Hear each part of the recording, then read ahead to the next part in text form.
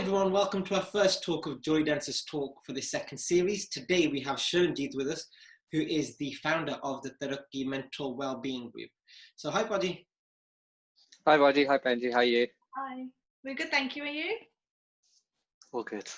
So we came across your page several months ago. We noticed that you do quite a lot of work, but I want to start from the beginning of your journey because I noticed in your description about yourself that you experienced mental health issues at university. Do you want to sort of share your experiences?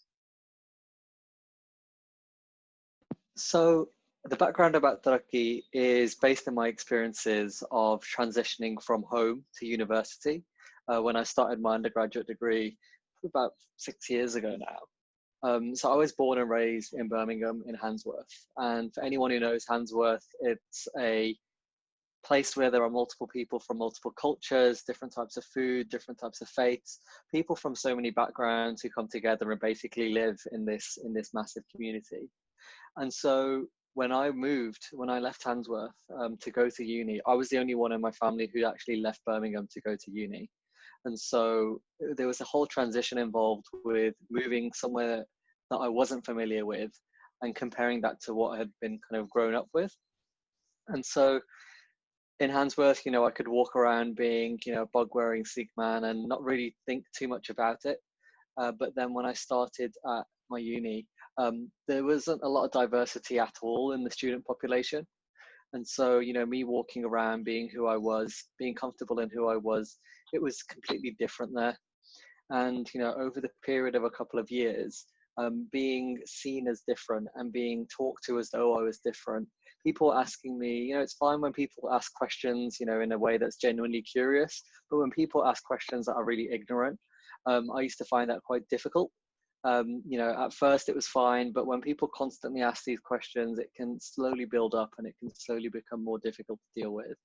And so over the period of a couple of years, I started developing a level of anxiety when it came to social situations specifically, because, I was finding that I was engaging with people, but I was finding it so difficult sometimes to actually have those conversations. I'd go into a room, if there are groups of people in that room, I'd find it really difficult to speak to anyone. And I guess for me, one of the points when I realized that I needed to actually seek some help about this and something I needed to actually talk about a bit more was when we created our university's Punjabi Society, because there wasn't really a Punjabi Society. And so we wanted a space for students to kind of engage with each other and stuff. And I remember the first event was like it was Jar and Samosa, and I was going in and I was just serving people tea. And I remember serving food and tea fine, that was all good, but I couldn't speak to anyone. I still couldn't speak to anyone. But I felt okay there because I had an activity to occupy myself with. But when I was stopping that, I was like, okay, why can't I speak to anyone? And I would leave the room every 15 minutes and just check the football scores on my phone and just think to myself, like, wait, why can't I speak to anyone? I really want to be able to speak to people in there, but there's something stopping me. And it made me feel different. It made me feel almost sad because before university, I was really bubbly and I was able to actually engage with people in a different way. But now I was comparing myself to that and I was like, oh my God, things have changed so much. Why isn't it that I can't actually speak to people in the same way? Is it something that means that I'm being cowardly? Is it something that means I'm being weak? But when I realized at this time that there was something going on that was making my life difficult and was stopping me from living my life how I wanted to live it. And so at that point, what I did was I spoke to my housemates I was living with. So I didn't speak to my friends and family back home, not because I didn't think they'd understand, but because I wanted to be seen as independent. I was living away, I was kind of making my own food, looking after myself and all this kind of stuff. But I didn't really want, to go home and say, these are the things I'm struggling with, because I wanted to try and deal with them myself. And so, I spoke to my flatmates and my housemates, and, they were really, really amazing in creating a space where we could all speak about things and we wouldn't be judged and we wouldn't be looked at negatively, and we could bring our full selves and our authentic selves to those conversations. And my housemates were from all over. There were people who were from the UK, a couple of people from Spain, some people from different backgrounds in the UK, different ethnic backgrounds and stuff like that. And so we were able to create a space where all of us could speak openly and honestly without fear. And I engaged in that space, and over the period of about 6 months or so, just before I left, we were able to really start having these conversations about things like mental health, and we were able to share our experiences, and it made me feel as though I wasn't really alone, and it made me feel as though I can speak about these things openly, and it's something that is good, and it's something that should be accepted. And so I guess that really just made me question, after I finished uni then, I was so lucky to have those types of spaces. I was looking back and I was thinking, wow, I got to talk about these things without fear of being judged. I got to talk about these things openly and no one said anything negative to me. But then I also saw people within our Punjabi communities who were going through similar things, but they weren't able to talk like I had. They weren't able to talk openly. They weren't able to connect with other people on these topics. And so I just thought, okay, let's start thinking about how we can create that space, how we can create that space within Punjabi communities more widely, so that people aren't just more aware or educated about mental health, but they're also able to hold those spaces where people can actually come in as themselves. They can learn as much as they want, they can engage, they can just sit and listen. But in reality, what we're trying to do is create the spaces where mental health is a topic that can be discussed openly and honestly. So that was in October 2017. And now we are almost 3 years after that, which is scary to think about, but here we are. Yeah, so before we talk about Taraki, I want to just ask you one question about your university experience.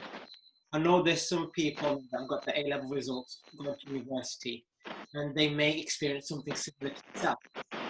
In terms of the transition, you said you found it hard. Was there ever a point when you're transitioning into university life that you found it easier, or was it continuously getting harder until you had that safe space to talk about it? So I guess for me, it kind of continually got harder until I properly thought about how I wanted to make myself be comfortable. So for example, in the house at home, we always have either kind of Part or Kirtan going on. And I didn't realize that until like 2 years into uni. And I would come home and I was like, it feels homely here. Then I go to uni, I think, wait, it doesn't feel homely here.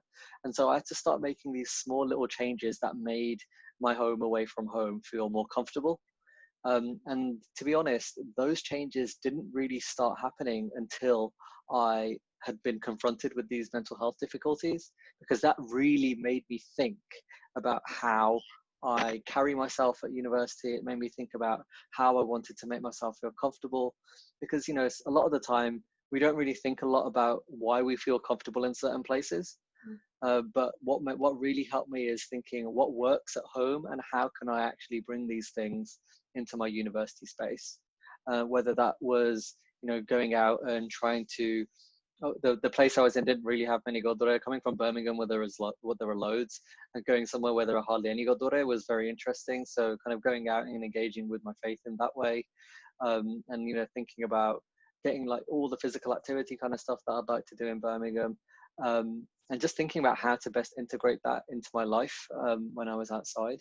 That was what was really important, and it took a lot of thinking, because these things aren't obvious a lot of the time, because when we're comfortable, we don't really think about why we're comfortable. We just like the fact that we're comfortable. And so I just wanted to think about, how we could make that space comfortable as well. Okay. So obviously then that led on to you creating and founding Taraki. And what I've noticed about your group in particular is like you said, you've got that focus on South Asian communities, the Punjabi communities and Indian communities, because we had an interesting chat with Dudley Mind, and they said there's a lack of representation for BAME communities, so Black, Asian, minority ethnic. Why did you go towards the Asian community rather than doing like a one-size-fits-all approach? So I guess I always think about it in the sense that we often try and run before we can walk. If we can't think about the difficulties and the great things that our communities do at a smaller level, how can we ever begin to appreciate how these things work more widely? And so for me, I was thinking, what are the communities that I have personal knowledge of, that I have personal experiences of? And for me, it stuck out that we could work with Punjabi communities specifically. Because even when we say South Asian, even when we say things like Black and minority ethnic, that's so many people. Yeah. And, you know, when we're talking about things like mental health, there are going to be similarities across these groups, but then there are also going to be small differences in how these groups understand these things specifically. And so it's been a really interesting process where we've been working with Punjabi communities, but we've also been having a lot of conversations with people who do work in other communities, because just because we're doing work within a particular group of communities doesn't mean that we can't share our knowledge, we can't share our resources, and we can't share our experiences. So it's being a bit clever and being a bit strategic with how you do this, because the danger is, you know, one policy fits all doesn't work. It just doesn't work.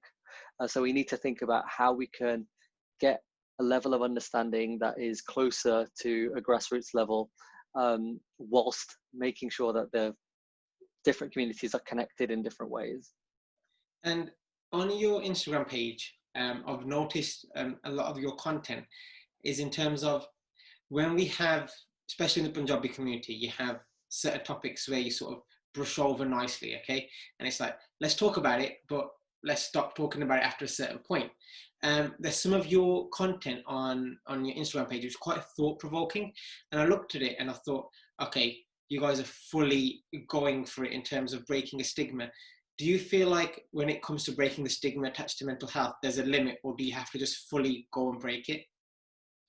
I think that depends on like the person or the organization, right? I think a lot of us are at different points in our journey.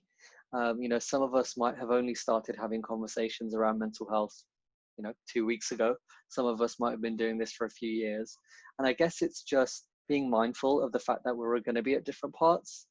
So I guess for me, if we want to look at male mental health specifically, for example, you know, we can see, and I know from my experiences that when I've spoken to Punjabi men about mental health in the past, there have been two things that have stuck out a lot. The first thing has been, "Eh, gore de jija," right? And when we started Taraki, people saying our mental health is a white person thing, there was no Punjabi men in media or in culture who were talking about these topics. So I didn't look at the people who are saying this in an angry way. I just looked at them in a sad way, because there weren't people who were speaking from Punjabi male positions who could actually work to start changing that perception. And so, you know, that's one of the reasons we've pushed so hard on the male mental health side of things, because, you know, we can't rely on other communities to come and speak for us. We need to step up and speak on our behalf. And the second thing is, again, looking at work with Punjabi men, oftentimes what we see, it's fine a lot of the time for men to communicate certain emotions without feeling kind of targeted. So a lot of the time it's fine for men to be angry, it's fine for men to be, you know, prideful, it's fine for them to be you know, confident and stuff like that. But when we look at emotions that are linked to things like vulnerability, when we look at men who want to be sad, they want to be open, they want to kind of be in touch with that different emotional side, that's always seen as weak. And so, you know, one of the things that we've really tried to do is try and flip that. And because what we want to say is that talking about emotions and being vulnerable, it's not actually a sign of weakness, but it's a signal of strength. You know, it takes someone who is brave, it takes someone who is strong to be able to talk about their emotions, or to be able to be vulnerable, whether that's being vulnerable with themselves or talking about that with other people. We want people to know that even thinking about the idea of mental health is something that is a really important step. And so these things take long to change sometimes. I feel that even though we're quite like bold in how we make our statements sometimes, you know, we never know what people will connect with. And our hope is that people can engage with the content that we produce and take a small step towards what they want to see in their lives. You know, we're just creating a space. People use it how they want to use it. So in terms of the vulnerability, that was a good point you made, because when people feel vulnerable, they tend to take that as an emotion that they need to sort of fend off. You can't be seen as vulnerable. In your time since you started, since 2017 to this day, do you feel there's a change of attitude towards this vulnerability? Do you think people are more open to becoming a bit vulnerable when it's needed? I think so. And I'm not just saying this in relation to kind of Punjabi women, but also kind of from direct experience I've had with Punjabi men as well. So in London, in Birmingham, and in Canada as well, we've been doing these open groups for Punjabi men. So we have groups of Punjabi women and Punjabi LGBTQ folk as well. But particularly with the Punjabi male group, you can see in how those people get to know each other and how they can kind of open up and be vulnerable with each other, that we're just trying to unlearn some rules and rewrite things in a new way. You know, a lot of the time, I've found that having individual conversations with Punjabi guys and guys in general, you can have deep conversations, but as soon as you go into a group situation, things will like a switch flips in it, and the conversation completely changes, and it's made really difficult to have certain conversations. And so I've seen individuals being more vulnerable, but I've also seen people in group situations being more vulnerable as well. And personally, I find that really powerful, because that shows us that there is a different way of doing things. There's a different way of doing things that doesn't involve us bottling up our vulnerabilities and lashing out in different ways. But there's a new way of doing things where we can be open and honest, and we know that we'll be accepted for being open and honest. And I guess that's one of the main things as well. You know, if people are going to be more vulnerable, the people around them need to be welcoming of that, and we need to be there to support others. And then in terms of the work you do, you said with the Punjabi LGBTQ community, and you talked about, I think earlier on in your experiences, it was about identity. And for Punjabi LGBTQ communities today, it's about that identity.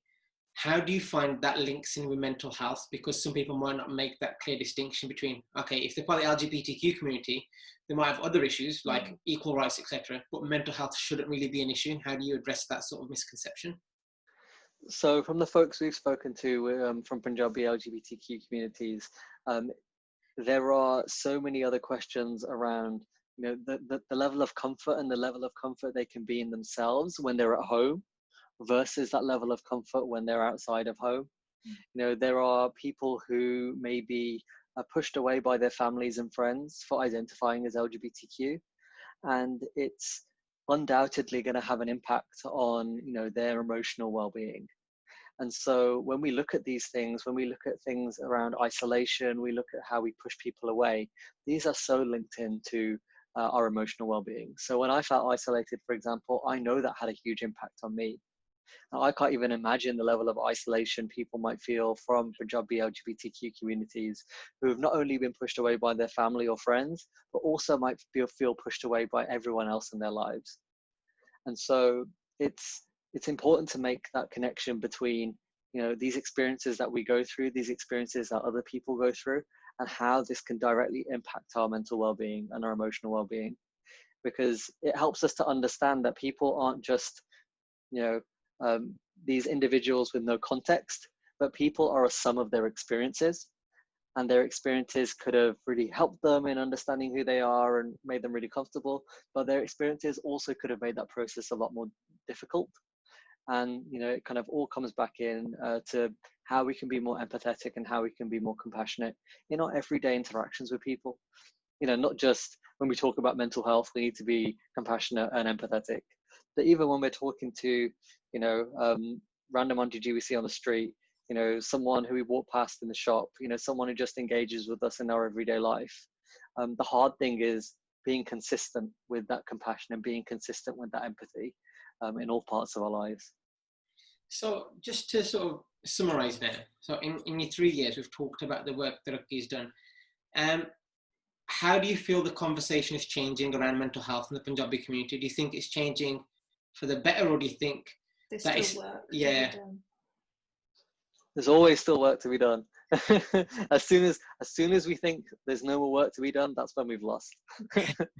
I think it's moving well. I think we're seeing a lot of different organizations engaging with mental health in different ways, which is really important, because there is no one way of having conversations around mental health.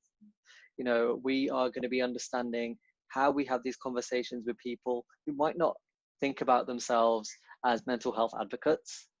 You know, how can we actually take these conversations to people rather than saying to people, you come to us. Yeah. And so this is now where we can be kind of strategic and understanding, what makes people tick and how can we engage with that. But I'm optimistic. I think in my line of work, you have to be optimistic, but I'm not, I wouldn't say I'm naively optimistic. I always know that there's stuff to be done and there are always people that we're not reaching. But I'm optimistic that we have the resources that we can pull together to make things happen in a positive way. And what about the elder generation in the Asian community? Do you feel that they still have a lot of learning to do in respect of mental health? Yeah, and I feel like I feel there is a lot of learning to do, but there's also like a lot of learning we have to do as well, because we might be coming up to the elder generations and talking about mental health in a way that they don't understand. And because where different people in different periods of time, different places speak about mental health in different ways. So how people sometimes say there's no word for depression in Punjabi and all this kind of stuff. There might not be an equivalent word for depression, but there are so many words in Punjabi that link to emotion in different ways. And so if we can think about how to connect with them on their terms, then I think those conversations will be a lot easier. But they're some of the hardest conversations to have, because it feels like you're speaking, even though you both might be speaking Punjabi or you both might be speaking English, it feels like you're speaking two different languages. And also, like, older generations, they've been through so much. And so, when we're having these conversations, we might actually be asking them to talk about things they haven't thought about in, decades. Their minds are on survival and creating a place for their family and their children and grandchildren to be safe and have access to opportunities. And so when we're talking having these conversations, we need to be especially aware of that we're not just throwing them into a place where it reminds them of the real difficulties that they experienced. And I think you sum it up there really nicely, because it links into the compassion, because we don't know what the elder generation have gone through because they never speak about it. We never ask them. They've seen wars, they've survived, massacres, etc. They've come to this country, they've sort of adapted to the racism they've had to deal with in the early 60s, 70s. So they've been through a lot. And it's good to sort of focus on the entire Punjabi community rather than just the younger generation, because the elder generation also need to have a safe space. And then with regards to the safe space, is there anything you think like a Gurdwara can do? Because these Sikh temples, they provide a community hub for the elder generation. Is there anything you think they could do to facilitate this? Yeah, so I think the conversation around faith and mental health is one that needs to be had more explicitly. Gurdwara are meant to be, places where Sikhs and also, non-Sikhs can find help and find refuge for whatever difficulties they might be experiencing. And so with regards to mental health, I think there is a lot of potential with Gurdwara so that we can create infrastructure that can support our communities more effectively. I would say that needs to be done slowly and it needs to be done carefully. But there is so much to work with, and I'm excited to see how that develops over the next few years, because when you see that level of potential, I'm working with people and I speak to them about their communities, and they haven't got these places, they haven't got these hubs that have such an important role within their communities. And so we have so much, let's kind of connect the dots and do as much as we can with that. And it's good, and it just sort of links into a sort of collaboration that we can't work in isolation. We have to work together. Otherwise, one person or one team or 2-3 groups can't really tackle this. It has to be a concerted effort. And final question, you're still studying, you've got a part-time job, you're still doing this. How are you coping? How are you coping with all this? Great question. I have been, so for the first few months of lockdown, I was running quite a lot. But then over the last few weeks, I've just kind of had so much work, and like it's been, I'd say the last month has been really quite hectic. So I've not really been able to do the usual things I would do to look after myself. But I think a week ago, I kind of had a few days break, which was really nice, just to kind of completely switch off from things. And I'm now recentering and, going on my longer walks in the morning, going to kind of get like my running back into it, and just connecting in a way that it's so easy to forget. It's so easy to forget how your routine works and what works well. But yeah, I would say that's how I'm coping at the moment. No, that's fine. And it's also helpful because obviously during lockdown, everyone has to find their own coping mechanisms because it's a long time to sort of, and it links back into isolation, which we talked about earlier. That all sort of ties in really well. But I just want to thank you for your time, Raji.